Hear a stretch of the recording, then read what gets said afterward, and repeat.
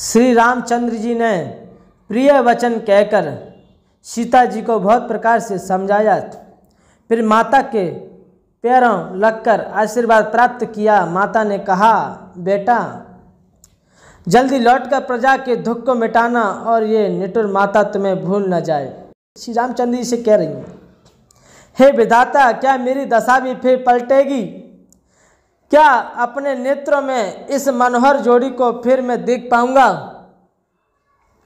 हे पुत्र, वह सुंदर दिन और शुभ घड़ी कब होगी जब तुम्हारी जननी जीते जी तुम्हारा चांद सा मुखड़ा फिर देखेगी?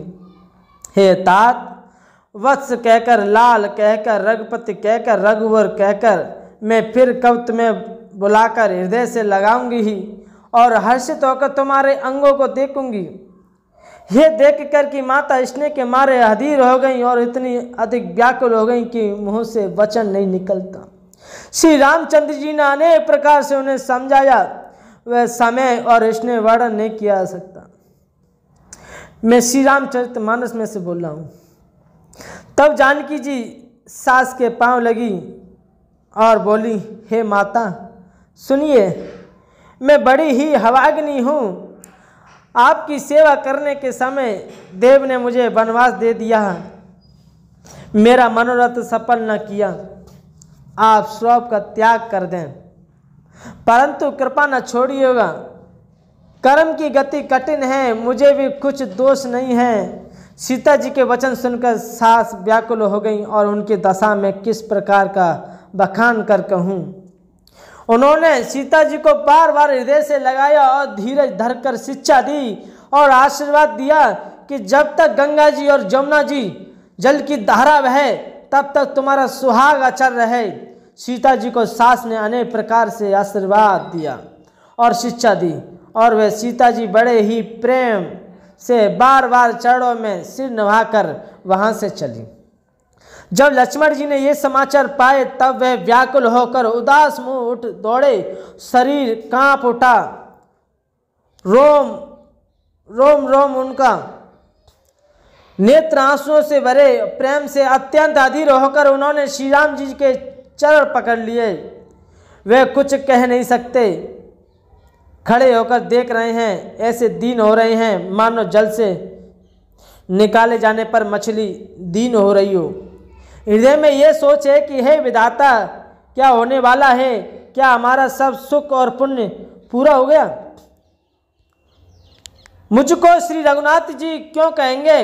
घर पर रखेंगे या साथ ले चलेंगे? श्री रामचंद्र जी ने भाई लक्ष्मण को हाथ जोड़े और शरीर तथा घर सभी से नाता तोड़े हुए खड़े देखा।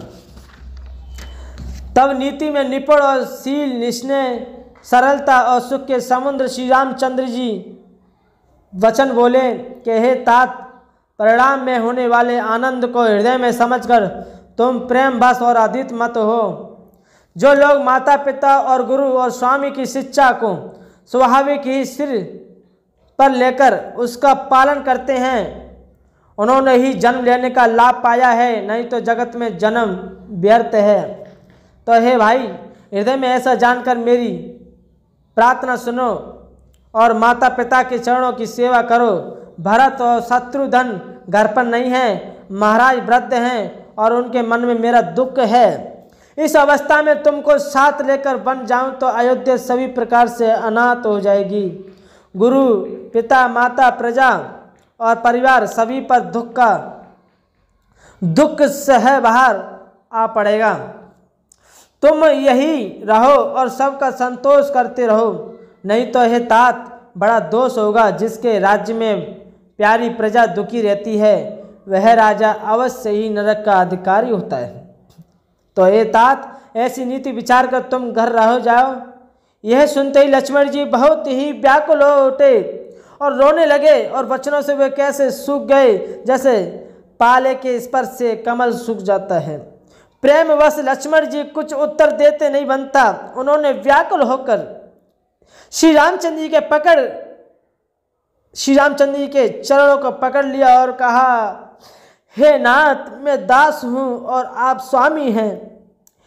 आप मुझसे दूर होना चाहते हैं, लेकिन मेरा आपसे दिल नहीं करता कि मैं आपसे दूर रहूं।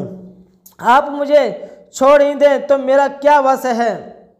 हे स्वामी, आपने मुझे सीख तो बड़ी अच्छी दी है, पर मुझे अपनी कायरता वह मेरे लिए अगम पहुंचकर बाहर लगी है। शास्त्र और नीति तो वही श्रेष्ठ पुरुष अधिकारी है जो धीर है और धर्म की धुरी को धारण करने वाले हैं। मैं तो प्रभु आपके स्नेह में पला हुआ छोटा बच्चा हूँ। कहीं अंश भी मद्राचल या सुमेरु पर्वत को उठा सकता है। हे नाथ, स्वभाव से ही कहता हूँ, आप विश्वास करें, मैं आपको छोड़कर गुरु पिता माता किसी को भी नहीं जानता। जगत में जहाँ तक स्नेह का संबंध, प्रेम और विश्वास है, जिनको स्वयं वेद ने गाया है, हे स्वामी, हे दीन बंधु, हे सबके हृदय के अंतर की जानने वाले, मेरे तो वे सब कुछ केवल आप ही हैं। धर्म और नीति का उपदेश तो उसको करना चाहिए जिसे कीर्ति, विभूति, ऐश्वर्य या संतति प्यारी हो, किंतु जो मन, वचन और कर्म से जड़ों में प्रेम रखता हो, हे कृपा सिंधु, क्या वे भी त्यागने के योग्य हैं? दया के समुद्र श्री रामचंद्र जी ने भले ही भाई के कोमल और नम्रता युक्त वचन सुनकर उन्हें स्नेह के करुणा से डरे हुए जानकर हृदय से लगाकर समझाया और कहा, ए भाई, जाकर माता से विदा मांग आओ और जल्दी वन को चलो। रघुकुल में श्रेष्ठ श्री राम जी की वाणी सुनकर लक्ष्मण जी आनंदित हो गए। बड़ी हानि दूर हुई और बड़ा लाभ हुआ। वह हर्षित हृदय से माता सुमित्रा के पास आए, मानो अंधा फिर से निद्रा पा गया हो। उन्होंने जाकर माता के चरणों में मस्तक निभाया, किंतु उनका मन रघुकुल को आनंदित देने वाला श्री राम जी और जानकी जी के साथ था। माता ने उदास मन देकर उनके कारण पूछा। लक्ष्मण जी ने सब कथा विस्तार से कह सुनाई। सुमित्रा जी कठोर वचनों को सुनकर ऐसी सहम हो गई जैसे हिरनी चारों ओर वन में आग लगी देखकर सहम हो जाती है। लक्ष्मण ने देखा कि आज अब अनर्थ हुआ, यह स्नेहवश काम बिगाड़ देगी, इसीलिए वे विदा मांगते हुए डर के मारे सकुचाते और मन ही मन सोचते हैं कि हे विधाता, माता साथ जानने को कहें या नहीं। सुमित्रा जी ने श्री राम जी और सीता जी के रूप, सुंदर शील और स्वभाव को समझकर वे उन पर राजा का प्रेम देखकर अपना सिर धुना पीटा और कहा कि हे पापनी केकई ने बुरी तरह घात लगाया, परंतु कुछ समय जानकर धैर्य धारण किया और स्वभाव से ही हित चाहने वाले सुमित्रा जी कोमल वाणी से बोली, हे तात, जानकी जी तुम्हारी माता और सब प्रकार से स्नेह करने वाले श्री रामचंद्र जी तुम्हारे पिता हैं। जहाँ श्री रामचंद्र जी निवास हो वहाँ अयोध्या है, और जहाँ सूर्य का प्रकाश हो वही दिन है। यदि निश्चित ही सीता राम वन को जाते हैं तो अयोध्यापुरी में तुम्हारा कुछ भी काम नहीं है। गुरु, पिता, माता, भाई, देवता और स्वामी, इन सब की सेवा प्राणों के समान करनी चाहिए। फिर श्री रामचंद्र जी तो प्राणों के भी प्रिय हैं, हृदय के भी जीवन हैं और सभी के स्वार्थ रहित सखा हैं। जगत में जहाँ तक पूजनीय और परम प्रिय लोग हैं वह सब राम जी के नाते से ही पूजनीय, परम प्रिय, मानने योग्य हैं। हृदय में ऐसा जानकर हे तात, उनके साथ बन जाओ और जगत में जीने का लाभ उठाओ। प्रेम से श्री राम भगवान की जय हो।